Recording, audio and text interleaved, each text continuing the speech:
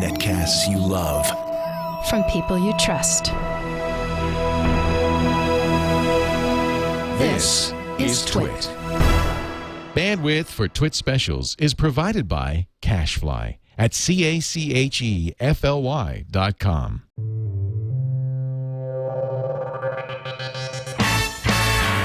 So Steve Wozniak is our guest, kind of a new thing we're going to start doing on TWiT. Tom Merritt and I are going to pick some of the most important people in technology and subject them to our barrage of questions. And then, Steve, I've got 15 great questions from Twitter.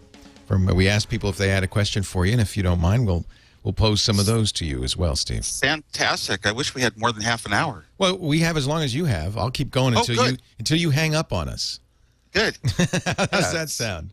I don't know. It's live, I guess. It's live. It's live. There's, that's something I learned about some television. The live shows are really good. Oh, let's ask you. Okay, so recently you did The Big Bang Theory, which was great. You and Janet were both on that, and that was fun. That's right. But now we got the in with the producers, so we can run down and watch the live tapings of the shows anytime we feel like it. We're welcome there. They're gracious to us. It's a live studio audience? Oh, yeah. It's live. I guess all the shows are that way, and they shoot every scene 2 times. And after the first one, the writers get to work, and they get real busy, and they run out and pass some cues to the actors, and the cast then incorporates the new lines, and they're always much funnier. Oh, that's really interesting. Yeah, so the repeat is really good. They do the same thing when they tape the show a day before without a live audience. They tape every single scene. They measure the distance to the cameras. They sometimes use a little laser pointer, and they measure the distances. They of course take photographs with an old Polaroid that actually shoots onto paper film, paper pictures. Wow. And yeah, it's a real thing. And they take pictures of every table and clothing to make sure they can, keep the continuity. So they have everything in the can Monday. Then Tuesday they shoot in front of a live audience, and they do 2 takes of everything. But what if something really went wrong, or they lost some audio, or an actor got sick? They've still got it in the can from the day before, before the live audience. We should do that. No, of course, too much work. Of course, yeah. And on the day before, you see them, shoot a scene sometimes, 5 times to try to get it right, because the lines in Big Bang Theory are so difficult. Sometimes, Jim will miss one, and blow it and have to restart. Were you a fan of the show before? Every time you got to laugh. Every time you got to laugh, because you got to keep the laughter for the soundtrack. Because in case it doesn't, it has to be covered for the live audience. Right. Were you a fan of the show before you saw it? I don't watch television, to be honest. I didn't know what it was when I was invited. Janet looked over the invitation. She said, "Well, we don't know. We'd have to see the show first." And they sent her some DVDs, and she watched 2 episodes and said, "Oh yeah, Steve would love this." It's a great show. Which I do it's a now. lot of fun. So now I only record 2 shows on my TiVo: Dancing with the Stars and Big Bang Theory. And so I love that. You no animosity against Dancing with the Stars? Animosity. That's a wonderful show. I'm fun. really into it, and I always, the trouble is, every single time I have gotten groups of my friends at our Monday night dinner to sit down with their iPhones, every one of them voting for one person. That person gets kicked off, loses the next day. And this time I did it with my wife and I. We just voted over and over and over for my old dance partner, Karina, Dancing with the Situation. Yeah. I really liked him. I thought he was so gracious. I sent her an email and I said, you're lucky to have such a gracious partner. And she said, "Which one of us?" I said, "Oh yeah, both of you." Well, my wife and I watched it, and I had never seen the show before, and it was really fun. And we voted for you each time, of course. And it was. Leo, all I'm going to say is bless you. Bless you. Well, everyone who voted for me makes me feel, I got a little bit of distance out of nothing. But, did you come away feeling like you're a better dancer now? Did you actually learn? Yes, absolutely. As a matter of fact, I can even go to where we're doing dancing. Every time you go to music and people are out there just dancing, random dancing, it has the beats 1, 2, 3, 4, 5, 6, 7, 8, and I just implement a few of the steps that I've learned. And it works very well. It makes me a much better dancer than just an average person. And I had very little time on the show training. I intend to take more lessons with Janet. That must be a great feeling, because I'm one of those people who, it sounds like you were up till then, where you watch people go out and do that, and you're really impressed, but there's just no way you could ever see yourself doing it. I never watched them. I don't watch TV. I'd never seen a show like this. I had no idea what ballroom dancing was. At a wedding, I sit in the chair when everyone else is dancing. I'm the one not dancing. But But I do, it's a lot of fun to learn, and it's just like maybe learning how to taking lessons on using your technology or your computers. Be patient, learn a little, and it's fun. You don't have to be the world's greatest. So we have lots of questions for you, Steve. Good. Do you mind if we give you some listener questions? You're welcome to start. You or I, either one of us can start. I'll give you one. I know you were very involved in education. You got your teaching credential. You went back and taught. What is it? 5th grade you taught, Steve? I didn't get a teaching credential. I always had a desire to teach, so I went back as a volunteer teacher. Volunteer. And by then in California, there were ways to teach without a credential in the school. But I decided with my expertise in computers, I would teach the kids how to make their homework look good, how to use the computer as a tool for normal school stuff. I wasn't going to teach them to be computer geniuses writing programs, because then a couple of people excel and the others feel left out. I was going to make sure that I helped every single person just do a better job in life. We got a question from Brendan G. He says, what can the average geek do to help improve education in this country? Well, one thing is volunteers in schools are very important, and if you have a skill, you're willing to share it, and you have a patience and a love of teaching, you can help out. Resources are the limitation, and they always will be. Schools are always going to be short of money, and the reason is it's old versus young. Like, especially here in California, we have horribly limited school funds due to a proposition that limited how fast property tax rates can go up, and that's where the schools get their money. Right. Well, it turns out that you can have a vote in your city to override it. If you have a city that believes in education, Cupertino has a long, long reputation of that, or where I live, Los Gatos, they can vote, and it takes 2/3 of the votes to pass to raise the property tax a little bit. 2/3 of the vote, and only 1/3 of the people have kids in school, so the other ones don't want to pay for them, right? So you wind up with the majority. The problem is a family of 5 doesn't get any more votes than a family of 2. I've been saying this for a decade or more, and that's the reason schools are always going to be short on money, because it boils down to votes turn into money. Right. So, but what can you do to help? Well, one of the things is think about what your real goal is. Your goal isn't to teach computers, software, how they work. Somebody has a problem in life. They have a problem writing a paper. Okay, so writing the paper, you don't want to teach, you're not really teaching a word processor. You are teaching how to write a paper, how to make it effectively convey ideas, how to put graphics in and color, but not overdo it, how to do it in, almost kind of a sort of a professional way, and give things a little more style and flair. But whatever you do, as if you're trying to help the schools out, try to make the learning fun. Everything in school makes learning just trying to come up with the right answer, and never like a long time to really think about something and absorb it and learn it really well. So a lot of people fall behind. But boy, if you make it, one thing I learned was it's less important what you teach, more important that you make it fun so the kids want to learn it. If they want to learn it, they'll sit down and try. And I was lucky. I was a volunteer teacher. If they didn't learn it, I could reteach it. So I had a lot of advantages. As far as technology, you used to go to smart people for answers.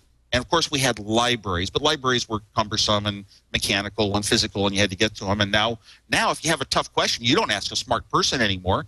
You ask somebody whose name starts with G-O, like Google. Yeah, right. David Hatch on Twitter had a question that kind of goes along with this. He says, do you have any advice for teens getting into programming? What do you tell folks to get them excited and make it sound fun?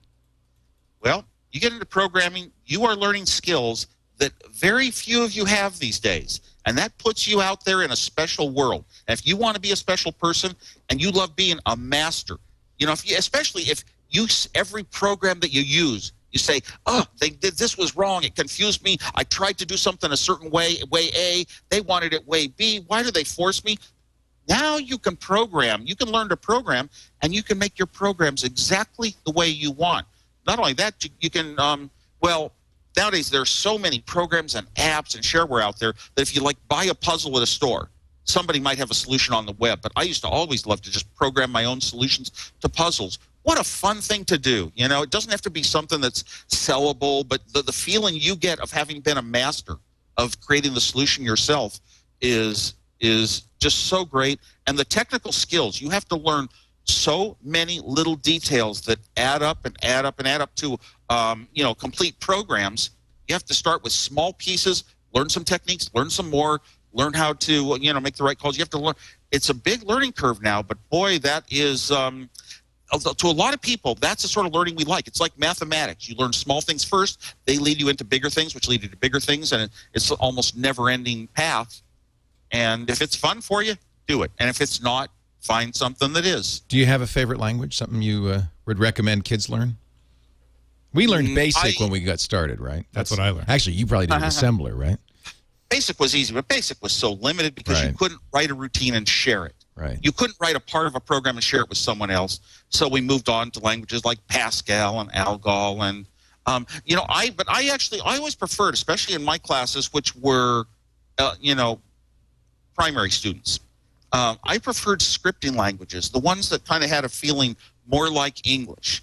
And 3 that I really favored for classwork were Logo, which I found to have limits. It does some things very nicely, but the concepts, you don't really learn them in 2nd grade. You don't learn them in 3rd grade. You don't learn them in 5th grade. You kind of have to be up to that algebra level in your mind where you've passed a cognitive development stage called symbolic reasoning before you can really understand what programs are. So I'd say hold off programming till about 7th grade, or they can do a lot of things, but only a very, very few select kids can really learn it and understand it and write their own programs in the end. But Logo was a little limited. We had a whole generation of kids who are adults now who learned Turtle graphics with Logo, and I don't see a whole bunch of new programmers because of it. So I think you're right. I think Logo. But you get through some early stages, and you get immediate feedback, which is very good.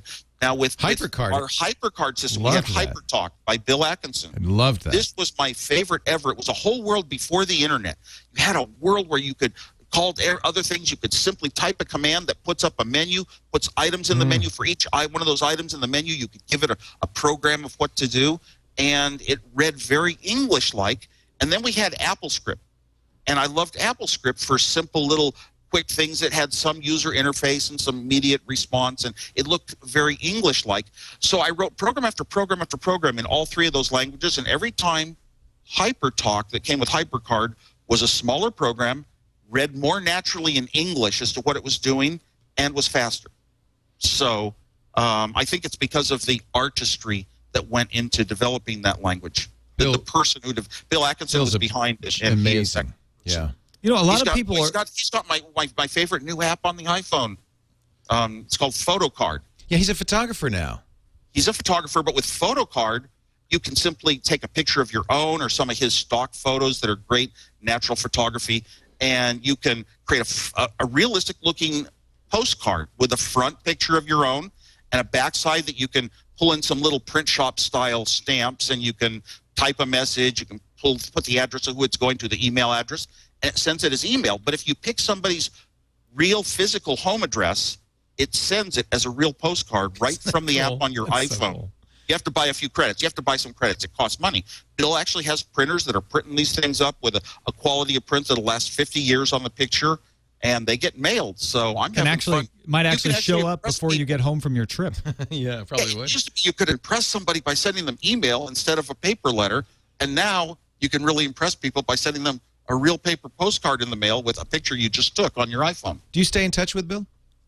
I don't stay in touch with anybody too much, but I see Bill now and then, and I wish some people you're always friends with, and you want to get together when you can. Yep. So I saw him recently, and we're planning to get together again soon. But none of the old Apple guys you really keep up with. Sure. I mean, Bill a little bit. Andy Hertzfeld, rather a bit.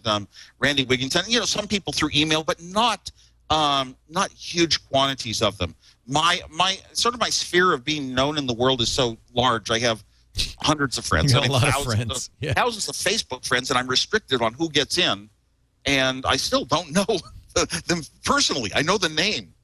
Now, when we're talking about programming, I hear a lot of people concerned that with the new platforms for phones, and I'm not just talking about the iPhone, but for Android and WebOS and all of these, that they're restricted in what you can do. And because of that, we may be losing something that you had when you had access to the entire hardware back in the day. What's your feeling on that? Or is this a problem or not?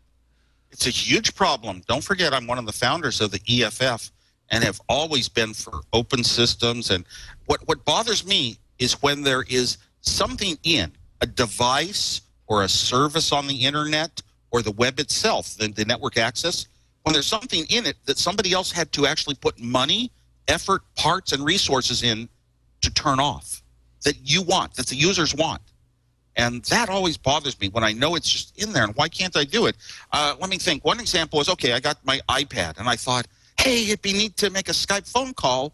But Nope. I can pair it, so I can pair the iPad with my Bluetooth keyboard, probably with a Bluetooth mouse. I don't know if that works. But I could not pair it with a Bluetooth headset. And I thought, somebody just restricted it. And then they came up with, somebody noted that you could plug into the USB. Right. With my little headset. You got me onto a headset once, Leo. Yep. Plantronics, and I used it, and I plugged it into the I took it down to my Segway polo practice one day and made one phone call to Janet, and that was great. And I left it while it was laying on the table. Somebody swiped the little Plantronics connector that connects the phono plugs to a USB. Right. So I had to go and order a whole new Plantronics that I'm wearing today to replace it, and it doesn't have that nice, beautiful, standardized connector. But that's another story. I did make the phone call. I can make a phone call. I tried it. Then I tried it on an iPod Touch recently, and the iPod Touch doesn't work with the Bluetooth headset plugged in for Skype or Line 2. But it does work if you plug in Apple's little ear set with the microphone. You can make VoIP calls. So, anyway, I forget what got us onto this. Well, just the restrictions, like it's like, why are these phony restrictions? Why are there any of these restrictions at all? When I want to do something, maybe it won't change my life a lot, but it gives me one more avenue when I need it. VoIP calls wherever you are. I mean, I try to do that. So I'm a big experimenter all the time, trying to figure out ways to do things and ways I can carry things like MiFis. And you probably don't know what the cheapest MiFi at Verizon is. Well, there's a Virgin. There's a Virgin Atlantic one, which is I think $30 or $40 a month. Because Sprint owns Virgin Mobile. At Verizon, you buy a Palm Pre and don't pay for a voice plan. Leave the data plan, $30 a month. Is that what you use, a free MiFi? And you get the full 5 gigabytes, the same as the MiFi they sell. See, this is one thing I really like about you, is you never lost that spirit of hacking, of inquiry, of pushing the envelope. This actually ties into a question. But you do more than I do, Leo, because people are constantly sending you products and saying, test this, try it out.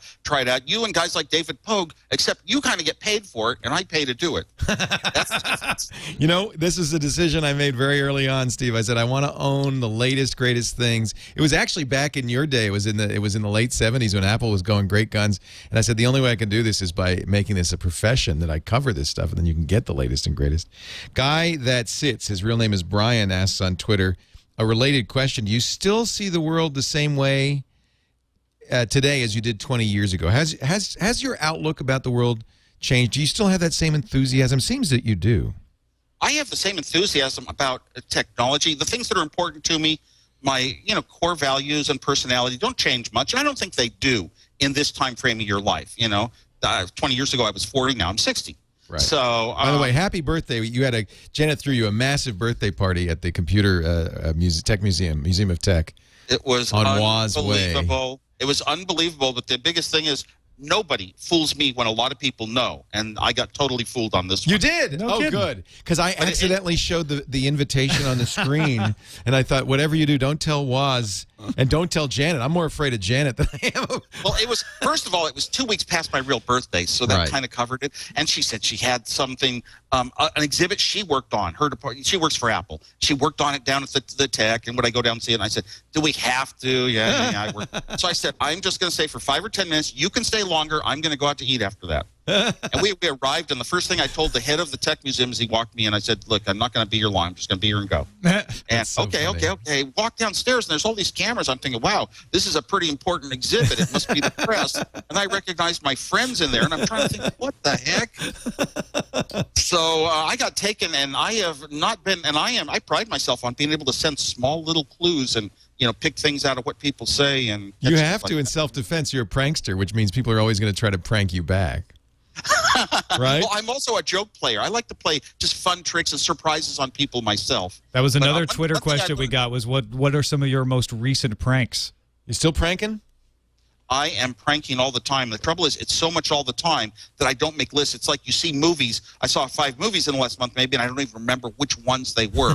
I might remember a couple when I pull them up. And I know I have pulled some really great pranks lately, but I didn't come prepared. If I sit down alone and think it out for a while, they come into my mind which ones I did. How do you plan a prank? Do you pick your target first and then plan the prank around the target, or do you pick a fun? Like I remember the antenna detuner that you did in college. That was a gadget that you were able to use. It's a gadget, and it made TVs look like they were going out of order. But those are kind of easy. They're a little more direct and brute force. Sometimes I've spent actually months planning pranks that involve things like women's panties, even. But you want to share that with us, Steve? Well, I got a guy. I had season tickets to basketball and got this guy who's a police chief to, he was going to bet me if I could get something going on with this one girl he kept looking at and following around while I played my Game Boy at the games. Well, it turned out that I got introduced by my book co-writer, Gina Smith, whom you know well. Very well. She introduced me to David Wharton, who wrote Ask for Jeeves. Did Ask for Jeeves? Oh, yeah. Ask Jeeves. Yeah. And he came by, and I said, wait a minute. I know, you go to the basketball game. You sit down next to that lady. He says, that's my wife. So, are you into pranks? Oh, yeah. Nice. So basically, I won a bet, but it was a hustle. And I love the hustle, even to this day. But sometimes I get wrong numbers. I love to play with wrong numbers because my phone numbers are repeating digits. And a lot of times people will leave a phony number, and they love to leave 888-8888. Sure. Well, that reaches me now. Yeah. And it's a very difficult experience, technical experience I made to make that phone call work. But if people call me and they say, oh, is Julie there? I say, well, she's in the shower with a friend. She's getting dressed. And one time the father goes, whoa. Yeah, he was a little upset. Or I'll go in there in the hot tub or I'll play along. You always say, first rule of improv comedy is always say yes. And I tend to do that and lead people on. And it's fun. And it's a little like, it's better if technology is involved with these pranks a bit. And I forgot what I was going to lead into, but it was something that involved technology and one of these. Oh, yes, the way I get my numbers on all my I had the number 8888888. It was the prime number of my life. I've had it for 20, 25 years, and I've never been able to use it because 100 babies a day dial 8888888 out of the San Jose area. My area code. In my area code. And I hear at the end, I hear a baby. They don't talk. I can't want them to listen to me. I hear sounds in the background of the family or TV's going, and I never get anywhere. Well, finally, I heard, okay, Google Voice came along, and I said, Google Voice, you dial a number, and it has some filtering. The trouble is the only filtering I could do on Google Voice was if you are calling from a number in my Google contact list, it'll forward it to my phones. And if you're not in my Google contact list, all it could do is hang you up with a message saying you're not in my list. Right. That stops the babies, but it stops everyone. So I couldn't hand out the number. Then I heard about this service, talktome.com. Yeah. And so my Google Voice, I vectored it. So if you're in my Google contact list, it instantly calls my phones. Otherwise, it forwards the message to my talktome.com number, which has the ability, I have to pay a few bucks a month for that one, but I have the ability to say, press 1 for Steve. And no baby can press 1. So finally, I can use this number that's so great. And I have these metal name cards, kind of like business cards. And my next version of them, I've got a little printout that's sort of like the old punch cards, where the holes were 0, 1, 2, 3, 4, 5, 6, 7, 8, 9. And I just punched out the holes where my phone number is instead of writing it in text. You haven't had a baby get through that yet, huh? No, I haven't had babies get through, although some adults get through because people leave a phony number sometimes. They go online, sign up for some service or whatever, and they just leave 8888888. They just dial a random thing that's easy to dial. And I get calls back, and they're not calling for Steve. And I used to play pranks on them or joke with them or pretend I was the person. Now I'm very polite and help them out as quick as I can to figure out what's wrong. I also have another problem with a number that starts 888. Now they made that an area code that's for free calls. Right. So if you dial 1, if you're in San Jose, you dial 1-888 and some numbers to get to some businesses. But if you don't dial the 1, some of those businesses come to me. So that's been true all along, and I've had some fun. They come to all my phones. All my phone numbers start 88888 something. So somebody tell me don't take Woz in the car with you because he will slip ladies' underwear into your glove compartment with that. No. The bet at the basketball game was just that I could get her underwear, so I bought some at Victoria's Secrets. And this guy had a fetish for smelling women. So I put perfume on it, and he sniffed it, and he said, "It is hers." Oh, my God. And then everyone sitting around me at the basketball game was thinking, how did you do that? He's smart. He got her underwear. All right, this is from Corey MW. You're going to have to put your thinking cap on for Corey's question. Okay. You're chosen to be the liaison to our first alien visitors. What would be the first thing you would say to them and the first gadget you would give them? You're our first human to contact, to talk to aliens. What would you tell them? And what would you give them? Darn it, because I go right back to thinking we don't speak the same language. Mm-hmm. You see, you're now being logical about this. So what I would start out. So I 888. What I would do is try to communicate numbering systems, Exactly. and I might bring a pencil and paper, or it might be an iPad, and I would write numbers, but tap once. Tap 2 for 2. Yeah. Start teaching numbers first, because there's easy formulas for it. Basically, you have your hands, you have your gestures, and that's how you have to start communicating. As far as so you say math gadget, is the universal language, so that's a great way to start. Yep. As far as a gadget goes, it might be a television, because I think there's a lot of comedy in video that you don't need to understand the language and the words nonverbal to be entertained. And if you know what people laugh at, you learn a lot. You know a lot about them, don't you? That says a lot about who they are. Yeah. Of course, just give a computer. It could have programs on it. It can have songs. It can have lessons. It can have everything a computer reaches, including the internet. That would obviously be the primary one. At least an iPad. By the way, Talk to Me is, I tried to type in TALK. It's TOKTUMI.com. That's the service you were talking about, Steve? Yeah, they're also associated with that new Line 2 that you can get on your iPhone. I got it on mine, played all these games. The trouble is when I make a Line 2 call, which uses VoIP, so my call won't get dropped when I'm at home. When I make a call on it, the caller ID I can't set the caller ID to show up as my main phone number that I prefer they call me back at 888-8888. So, but Google Voice is supposedly going to fix that pretty soon. They're going to let you choose the number that the caller ID shows. So Google Voice does that. Oh, they do that now. Okay. But this Line 2 Line 2 doesn't. Although they say that you can, but I didn't see where you can port your number into it. But I'm not going to port any of my valuable numbers anywhere except I ported 888-8888 to Google. Not the way that normal people do. I did it before they made it available, and they actually put it on equipment in their site that they couldn't scale that for everyone. So I got a special deal. They own my number. I have to get it back from them someday. You moved. I remember you moved because you couldn't get decent cell signal in your old. Isn't that right? In your old house. It was one justification for moving. Okay, that's a better way to put it. But it was an important one. Can you get a decent signal now?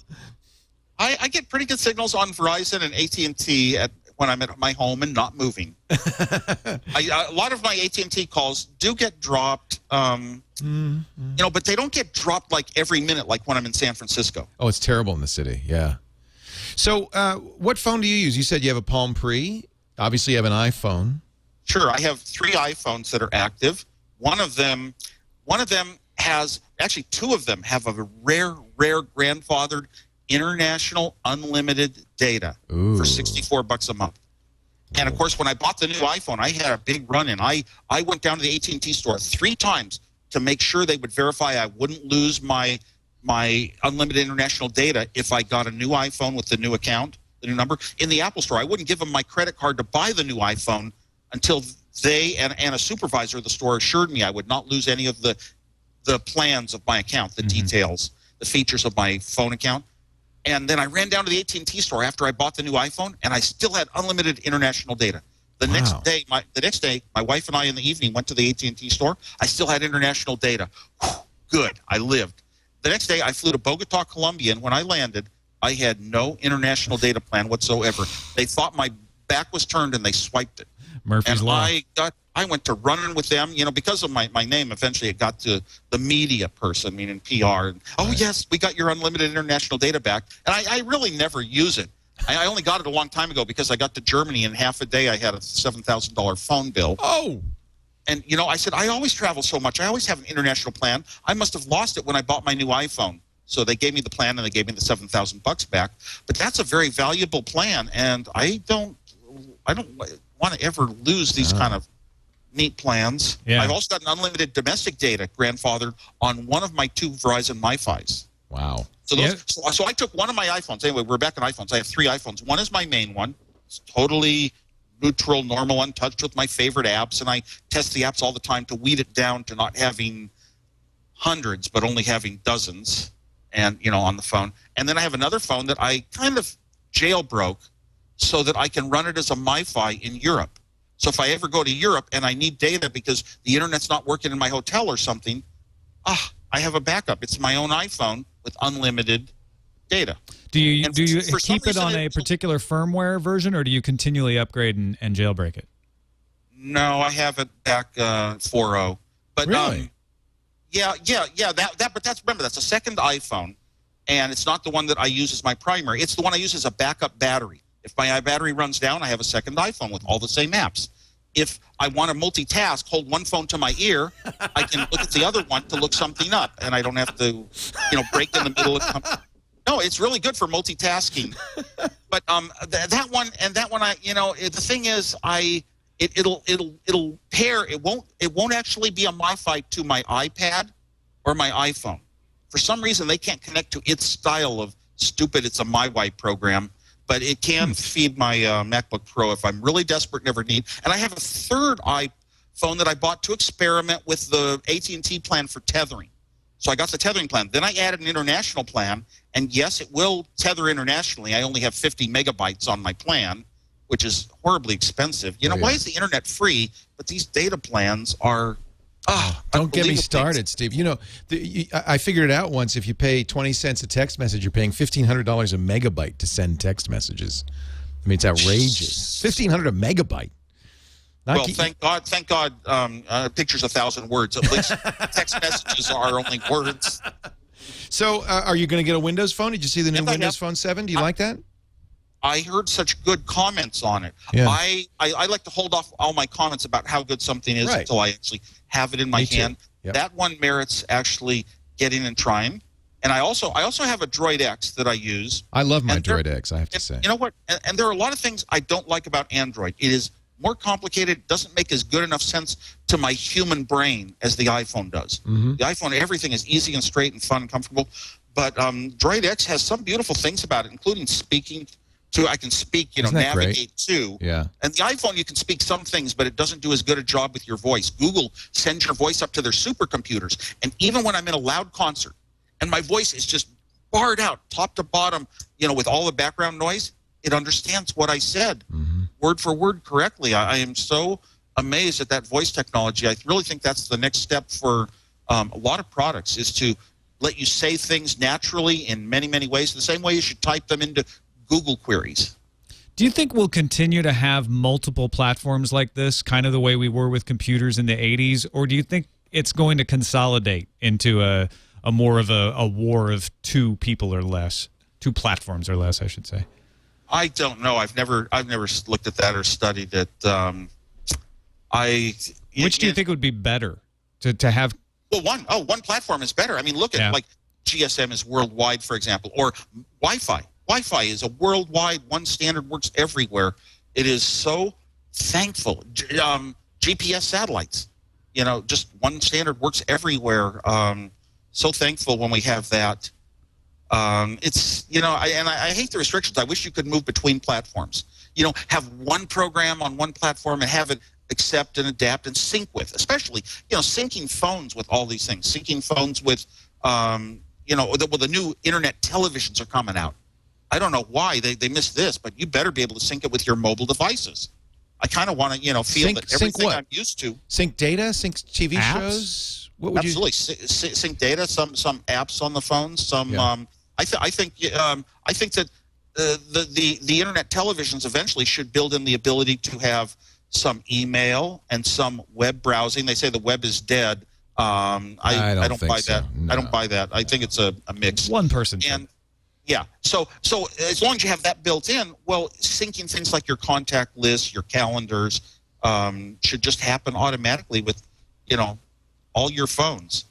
Yeah, we're And moving. I don't like the restrictions. That it's kind of like, well, you can get an iPhone and it syncs well with iTunes, or I guess in other platforms you kind of get locked in. You get Amazon.com for your music on the. You're like all us geeks. You But want it all Google tries to make things open, at least. I really like the fact that when they came out with their Android system, it gave you a choice. The first one I ever had a choice for search engine of Google or Yahoo or Bing. Right. And I said, oh, my gosh, they aren't really closing you in. Apple at the time only had Google. Now Apple's opened it up to Yahoo, I think, or Bing. Bing. One of them. Here's a question from the Twitter, from Monkeys. Are you on Twitter, Woz? Well, I'm on a bunch of social networks, usually as Steve Woz. Okay. And the trouble is, and that's everything, but the trouble is every time I go into one of them, I mean, Twitter, I have so much email. I get through the email that was the first part in my life, the first thing. I don't have time left over. I'm so tired. If I'm even awake, I can barely open my eyes enough to maybe play a short computer game or something. I don't have time to go into Facebook and try to hang around and answer. Everyone tries to hit me up instantly. Same thing with iChat. On my computer, everyone starts hitting me up, and if you have lack of time and you're tired and sore, it's a big hassle. So I rarely Twitter. I think Twitter is great. I absolutely wish it were a big part of my life. I would love to tweet things. And I was using Foursquare for a while, but the problem with Foursquare, I linked it up to Twitter and Facebook. I see it on your Facebook. You're checking in all the time on Facebook. I see that. Yeah. Is that still happening? Well, what happened was I did it for a while. I don't think so. I did it for a while. You were checking in all the time. Every time I went to a restaurant, it would be like 200 people were telling me what to order there, and I didn't need. And they all almost talked to me like they expect you to be answering them. Right. And reading it, and I was reading every one of them, and I'm thinking, oh my God, I do not have time for this. Just telling them, where I'm going, and they're hearing their comments about the place. I have too many friends, is the problem, on Facebook. No, you are not checking in anymore. I'm just looking here. You don't check in. I don't see the check-ins. I turned that off because it was just, and I want people to know what kind of a life I have, what restaurants I go to, what music shows, what concerts I'm at, what city I'm in. I used to also update my travel. I use TWiT.com. Love TWiT. Which you love. I love it when I first got it, because I can just email my itineraries to plans at TWiT.com. Isn't that awesome? And it goes in. But here's where I got real negative about it. Real negative. Because I travel a lot, and I was on a lot of airplane flights, and I got at least 4 apps on my iPhone that all sync up with TWiT.com to get their information. Right. Every one of them, I would land in a plane and start trying to look up which gate are we landing at. They'd have wrong information or no information. Where's my baggage going to be? They wouldn't tell me. And I know those apps used to tell me in the past when all they knew was my flight number. Every one of them started failing. There was one time it told me, one was saying my flight, actually at least 2 were saying my flight was coming out of Terminal 3 and it was really out of Terminal 4, and I'm waiting in the wrong lounge. And I finally said, forget it. I go to an airport. I have to look at the signs to see where my baggage claim is, where my gate really is. I have to ask questions manually. I couldn't trust TripIt, so I just turned those apps. I take an app and I don't link it to TripIt. I just type in a flight number and it gets all the info I want so well. That TripIt service is a piece of junk. And it's got I love TripIt. But if I had the experience you did, I'd hate it too. The online user interface has simple things that I want to do are so difficult to find the way to do it. It's like it was written by, I hate to say it, Windows people instead of Macintosh people. I'll give you, if I had that experience, I'd hate it too. But what I use it in a very limited fashion, which I send the email and then it gives me my times and everything. That's kind of all I rely on it for. But you're right. If you try to push it too far, I think it was the syncing with the iPhone. Something went terribly wrong. See, I just use the TripIt app. I don't use any others. TripIt would not even know itself. Even the TripIt app was the worst of them all. It wouldn't know what gate you're landed at, and all the others are displaying it. Now I'm going to worry. I'm going to use it tomorrow on Hasn't done that Blog for me. World. Now I'm scared. I used it for New York this week. It was fine. Maybe they went through a period where they were having server difficulties. Did you use on your iPhone, the TripIt app? I just use the TripIt app. I don't use any third-party apps. Well, I had a lot of experience, some in the States and some out of the States, and the TWiT app was good to know. The others did a great job without the TWiT, and when they were connected to getting their info from TWiT, they also were in the blank and didn't know the answers. So that's just me. Let me give you Monkey Stick's question, because I started it, but I didn't finish it. He wanted to know if you are nostalgic about any old computer systems or models. I mean, even in the Apple and the 1 and 2. Yeah. Where are you nostalgic about, Steve? I'm nostalgic about. Very often people email me these things, so I see it frequently. So I have good reason to be nostalgic. And I'm not in the crowd that still goes back and uses their Apple Ones and Apple Twos. Like Sheldon. Nostalgic. Like Sheldon, who had his 2E and was going to get you to sign it on Big Bang Theory. Well, I'm nostalgic about a lot of the Apple II programs that I remember, especially the text-based ones, the text-based adventure-type games, you know, the early days. Zork. And I want to go back. I have an Apple II emulator. Oh gosh, I think it's on my Droid right now, but I've got to go out and find files that other people compressed of their old floppies of the programs, or I've got to have a lot of time to create my own. So I want to go back and play Zork. Zork would be fun. Yep. But I'm also very nostalgic for the Apple IIc. It's the first computer that was like the size of today's laptops. Yeah, it was beautiful. You had to plug it in the wall was all. It didn't have a battery. Right. They even had an LCD screen you could put on it. That one I loved, and you could plug a board in that had CPM and extra memory. That was really one of my favorites. And the Duo Macintosh was so small and light, like today's iPad kind of, and I could just carry that everywhere. And it had just enough RAM that I was able to run it as a RAM disk for the data, part of the RAM, and the rest of the RAM is RAM. And I could compress all the files that I used the most, like ClarisWorks and everything, just open it up. It's running instantly. It's like it was never really shut down. That was a very, it was like twice as fast. I loved my year with that Duo. What is the oldest computer you still have lying around the house? Well, I have Apple I boards, and I have Apple IIs, even at least one in a box, maybe a couple in boxes. So those are pretty old. Altair? I never had an Altair. I couldn't afford one. I had to build my own. You never picked one up later? And a good thing that he couldn't. No, I just want to say. I didn't keep very much stuff in my. All the Macintoshes, one after another passed through my life because I'm always trying to have the latest, and I never keep them. So I don't have any kind of museum of my own like a lot of people do. Yeah. Well, I kept one.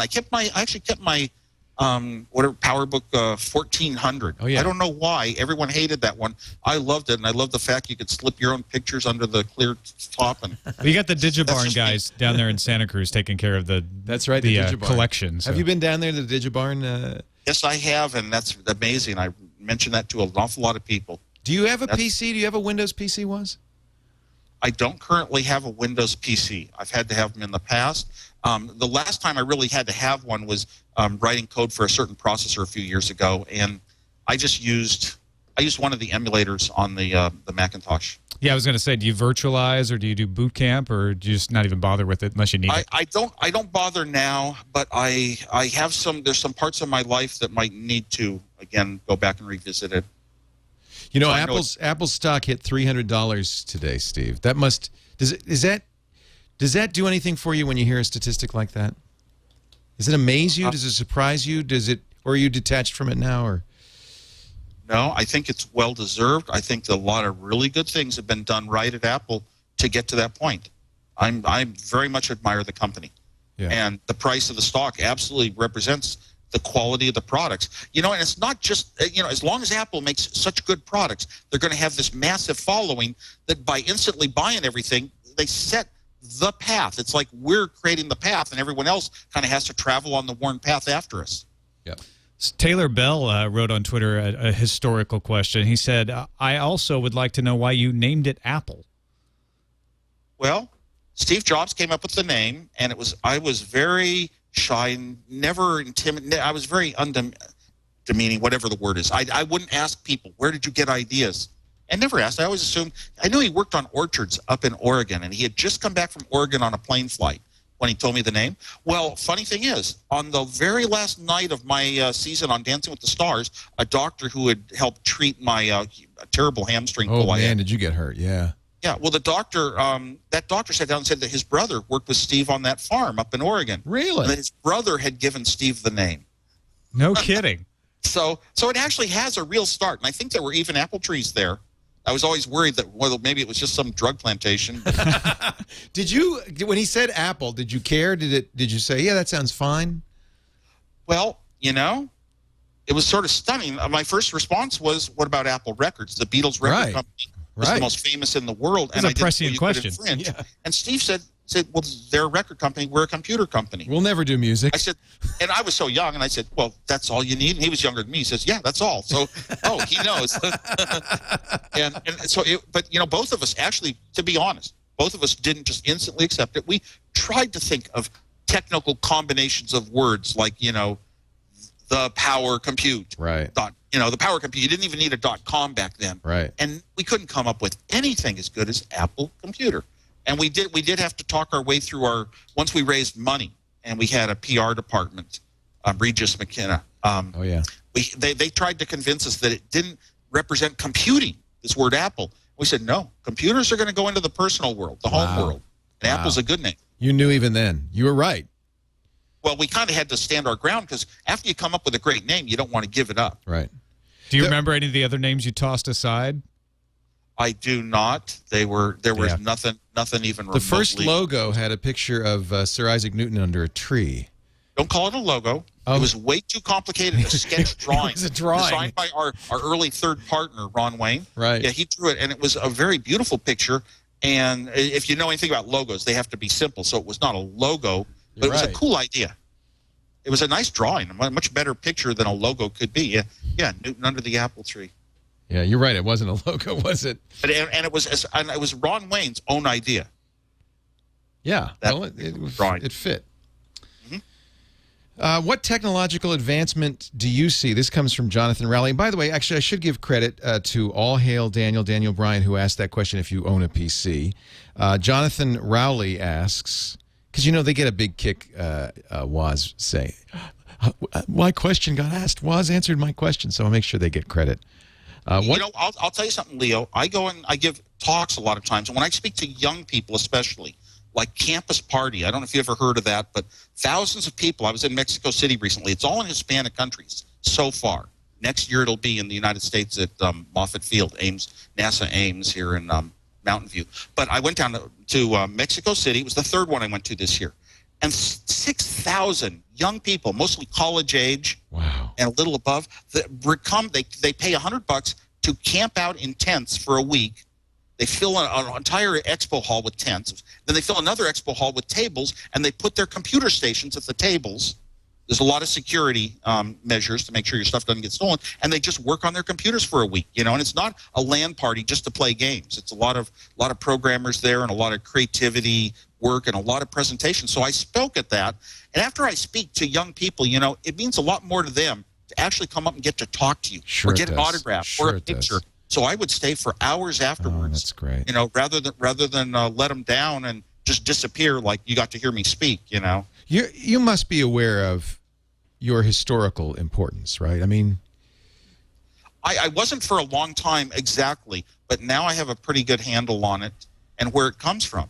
Yeah. And it's just, you know. So for these young people, it's like meeting Sir Isaac Newton. I mean, it's meeting somebody who will be known forever. And because I really didn't want that, and I didn't even want this corporate world, and I didn't really do that much after the early days and what I started. But when I go back, you can go back and read my book, and you'll find that one little step after another, building device after device after device, really, you know, caused a lot of this to get its early kick. Yep. So I look back, and if I look down, I was at a music concert one year. We were replanning another US festival. This was a few years ago, and I looked down at this crowd dancing in a nightclub, and I thought out to myself, if all those guys down there were the leaders of the world, the technology leaders, the company leaders, the presidents and politicians, and one of those guys down there was just some young guy, and he had like created the first personal computer that was really had the formula right, that guy would be my hero if he was the symbol. Of course.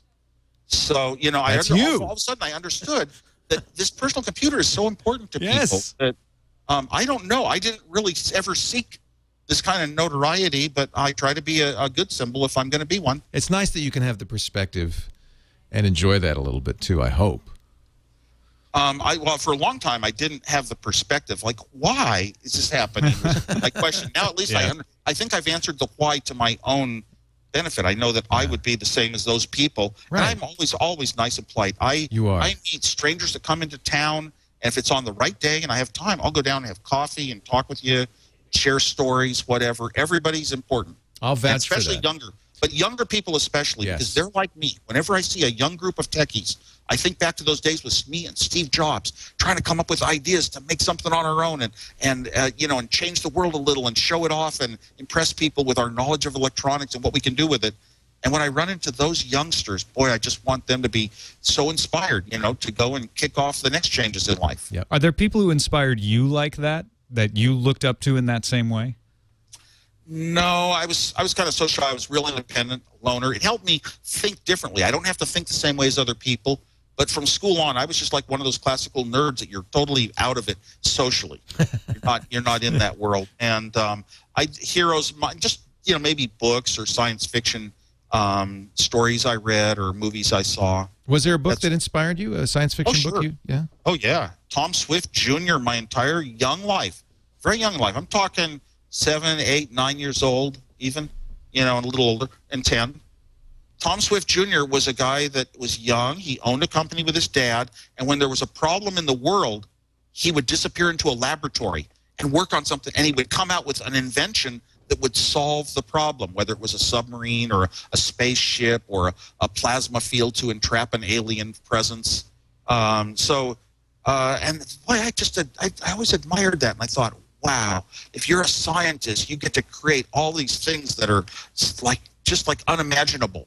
And I kind of had one of these drifting minds my whole life. Just likes to kind of sit there and drift away and daydream a lot and think of, fantasy is so important. When I saw things like a guy lived a fantasy life of Dungeons and Dragons, and then he wrote Ultima. Yeah. And that was that guy that went up to the space station. Richard Garriott. Lord British back then. Yep. Richard Garriott. That guy, it just became a hero to me. I was speechless when I met him when he was like 17 years old because he had turned a fantasy into something real. Yeah. You ever want to go in a spaceship? No. No, I probably would have at some point in my life, but I'm past that point. I don't need to have the hottest sports car anymore. I don't have to, I'm just more comfortable. There's so many great things going on in this world of technology right now. You're swamped if you think about doing anything else. But you did have a question coming up for me from somebody that you introduced. Thank you, Jonathan Rowley. Twitter. You are so good. Thank you, Steve. What technological advancement do you see on the horizon affecting humanity most in its consequences? Is there something coming, biotech maybe, that's going to change everything that we know?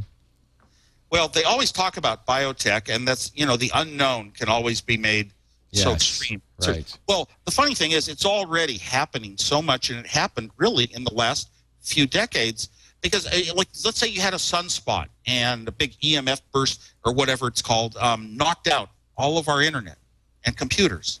Maybe it knocked out our cell phones. How would we do the things we do in life as work? Right. Where would it all go?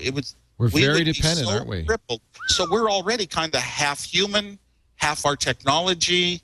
And I think, and like I pointed out earlier, if you have a difficult question, you used to ask a person that was intelligent. Now you do a search on Google, you get instantaneous answers, and they're often much better, much clearer, and much more information than you ever expected. So we have something equivalent to intelligence, and we didn't set out to create the internet as a brain. We've had artificial intelligence research projects in university forever, and they just take dinky little steps. All of a sudden, we have the closest thing to a part of what a brain does, and it happened by accident. And it happened because we have the number of nodes on the internet that we have neurons in the brain, order of magnitude, and the number of network connections that we have synapses in the brain, order of magnitude. And all of a sudden, we've got sort of a part of a brain, and it doesn't have a definition. We didn't sit down and design it to be a brain. So I think that all this singularity and us becoming more the robotic, computerized world becoming a part of us, it's going to happen all by accident. Just things that we need to do what we think makes our own life better, our own job better. Do you agree with Ray Kurzweil that the singularity is near? I don't know exactly what singularity means. I'm going to be speaking with Ray Kurzweil in about a week in Austria, and on this very topic. So I can't wait. I'd love to hear that. to me, the singularity is how much it's already, worked its way into our lives. And they talk about chips in our eyes someday that you'll be able to see better than any other human, or chips in the ear and you'll hear things humans don't hear, and artificial limbs that will run better than yours. And how much I sort of see a future where some people are going to hold off and say, no, we should remain natural, kind of this, very religious sense, which I don't oppose. We should remain natural humans, then the others will be modifying themselves. But, we modify ourselves no matter what anyway. We dye our hair. We always have. Shave our beards, whatever, Well, you two won't shave yours, but Not for now. Steve, you said you don't need sports cars anymore, but there was a time when you were kind of a sports car fan, and you did. I know you've seen this recently because Engadget brought back the 70s. This is a Datsun Z commercial featuring somebody you might know. Steve Wozniak owns two of the world's most impressive sports cars. What's your favorite, Steve? I prefer the Z. Is it that sleek styling? More than that. Is it the lush interior, the sophisticated onboard computers? That's part of it. Is it all the racing championship? Yeah. Well, what is it about the Z car? It is awesome. Hey, Steve, you sell the apples. I'll sell the Z. Leo, I got to thank you for that. That is awesome. That was a great time in my life. I got to see how a professional commercial is made. I got to be part of it. It's like when I was on Dancing with the Stars. I got to see what a real star trailer was and how stars are treated. It's a neat experience in life. And I owned quite a few Zs in that period of my life before the commercial. I mean, I have never, ever, my integrity is I would never sell it. We know that. We know that. Yeah, only if I use something and like it would I ever say it's good, and you don't even have to pay me money for that. Besides the Segway, what are you driving these days? Mostly I drive my Prius, and I can fit 4 Segways in the Prius very easily. And wherever I go, I have my life and my Segways. If I'd rather drive, that car is so comfortable, so quiet, I don't get tired. Ever since I drove it, if I can drive in one day, I won't fly. If it's a 12-hour drive to Salt Lake City, I drive. A 12-hour drive to Phoenix, I drive. I don't fly. An 8-hour drive to Las Vegas, I drive instead of flying. Same thing, San Diego. So, and I love it. I just love the experience. I love the driving, the quietness. I also still have my Hummer 1, H1, and it's not electric yet, but I'm kind of intrigued by the one that I read about today. Wouldn't that be cool? And I have a Mercedes convertible because that's sort of like the primo production car that's not a specialty Ferrari only made in small quantities. I think that's the best in the world. Would you rather have the self-driving car that Google is showing off so that you could get that driving experience but also get some stuff done? Or is that not – do you want to hold on? Do you want to actually have the driving experience?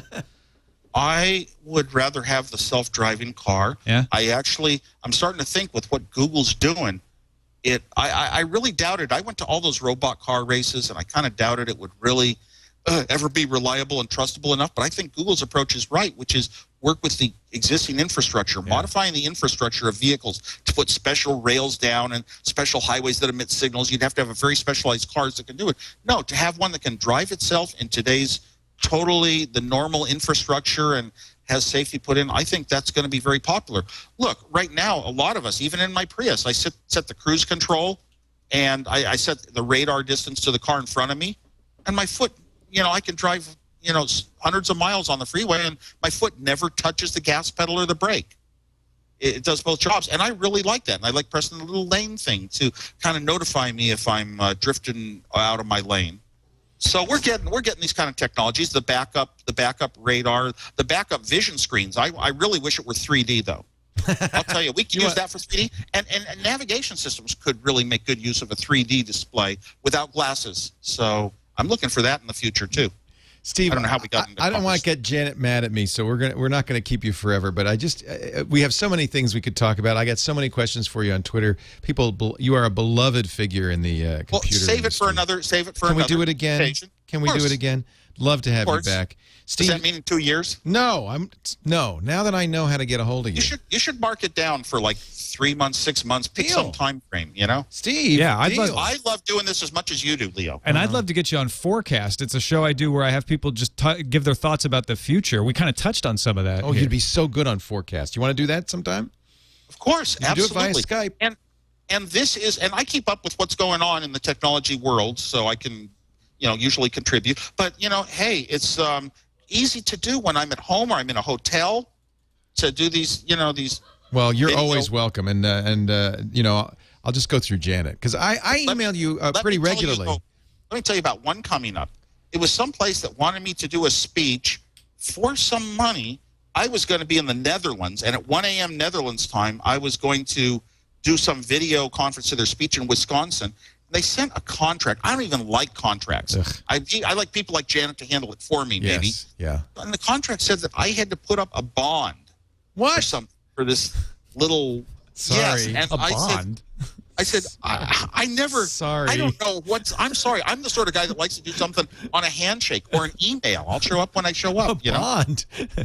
Well, we did negotiate that with Janet, but I won't talk about it with you. Steve and Gina Smith just wrote a great book. If you want to know more about Steve Wozniak, it's I Was, Computer Geek to Cult Icon, How I Invented the Personal Computer, co-founded Apple, and had fun doing it. And the story is there. And it's really great. And I was going to go to your birthday party, Steve, and at the last minute I realized I had a double booked because we had a Tim O'Reilly Government 2.0 segment, a special that we were doing in here, and I couldn't get out of it. But I saw the pictures Gina sent of you and the Bob's Big Boy cake. That looked really good.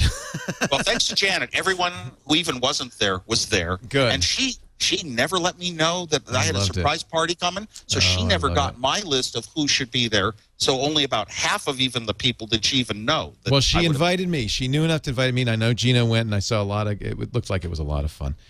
Yeah, it was. We really appreciate your time, Steve. Happy 60th. A little late for Steve 6.0, but we'll wish you a happy 60th anyway. And we'll talk again very soon. Okay. And, by the way, you kept mentioning Janet. I am so lucky to have a wife who understands this addiction to technology and all the weird things that you do as a result of it. I think she shares it a little bit, doesn't she? Yes, and she likes it. I share my learnings with her, too. Good. She doesn't quite get into using every single device in the world like I do, but at least I tell her what worked and why it worked and why something didn't work. And well, I've known Janet, I think, longer than I've known you because we went on a geek cruise many years ago, and she's just great. And I think it was on our day, our 24 hours of iPhone that we had you on, and you inadvertently announced that you had gotten married to Janet. And I hope you didn't get into trouble. Well, I met her on that geek cruise that you were on. That's right. Yeah. And I hope you go on another geek cruise soon. We would love to see you. Steve, thanks so much. We plan every geek cruise, but the calendar's getting more crowded these days. I bet it is. Okay, thanks, Leo. All the best, Steve. Steve Wozniak, thanks, everybody. Steve. Good night. Take care. Bye. Bye-bye. Well, it's so nice to talk to him. He's just a pleasure. What I love is he still has all this enthusiasm for life and for just discovery, and you could hear almost the childlike enthusiasm with, this is how they make TV shows, and this is and it's genuine. That's the thing about him. Everything he says is genuine. So when he goes off about how much he loves his iPhone, people think, oh, well, of course he's going to say that. He means it. No, and when he goes said, out about the things that he doesn't like, he means it. No, the guy is completely unpolitical, and that's why I really love talking to him. Yeah, I don't usually like talking to CEOs of companies because and we didn't get around to ask him what he's up to. I know he's working with with a solid state hard drive company and stuff. We never got around to that, but we'll do it again very soon. This is going to be the first of what I hope will be a weekly event. We'll be talking to one of the other folks who co-founded EFF with Steve, and I think Mitch Kapor was involved. John Perry Barlow will join us next week at this same time, and we'll talk about EFF and what's going on the internet. And if you have ideas for other people you'd like us to interview, we'd love to hear from you. We are booking quite a few. Now that we've got Eileen, who's so good. Speaking of, when he was talking about Janet having a wife that understands technology. No kidding. You are a lucky man, Tom Merritt. She's just great. And so she's been doing a great job getting people. If you've got an idea, you can email Leo at twit.tv, or we're going to start paying attention to the #TwitLive hashtag. It works so well, and I'm sorry I didn't get to everybody's questions. We had I wish we could have. There were some great questions in there. But that works really well. Do #TwitLive on Twitter, and I will pay attention to that, and we will try to get anybody you suggest. And we have a lot of great people that we are working on, including Stephen Fry. So you don't have to mention him, because I always every time I ask, everybody's Stephen Fry. We are absolutely working on him. He's not so easy. Yeah, we've got a nice long list, but we're always looking for other ideas. Always good to have more. Carver Mead would be great. That's a great good one, idea. Patterson. Yeah. Nice job. Yeah. Adam Savage is, I believe, on. I don't know if he's booked yet, but he's definitely on the list. On the list. And I think Larry Lessig is on the list. It's in process. Tim Larry O'Brien. was very busy, but he says as soon as he comes up for air, we're going to have him on. Bobby Llewellyn, of course, he's an automatic. I don't think it'll be too hard to get Bobby. Alton Brown, you want to talk about food? He's a food geek, I guess. I guess it's a kind of geek. You know, Buzz Out Loud, you used to get the Alton Brown suggestion to have him on, too. Roger McGuinn, we're going to work on. Now, there are some people that are hard to get, and I don't know if we'll be able to get people like Steve Jobs or Johnny Ives, neither of whom do many media interviews. Cory Doctorow, I can promise we will get. So we'll work on a lot. It's Tony Stark. I'd be very curious what he's up to these days. Yes. Yeah. Fictional people are fine. We don't discriminate. You do that on Current Geek Weekly, I think you talk to fictional. Oh, yeah. Myself. That's what I thought, yeah.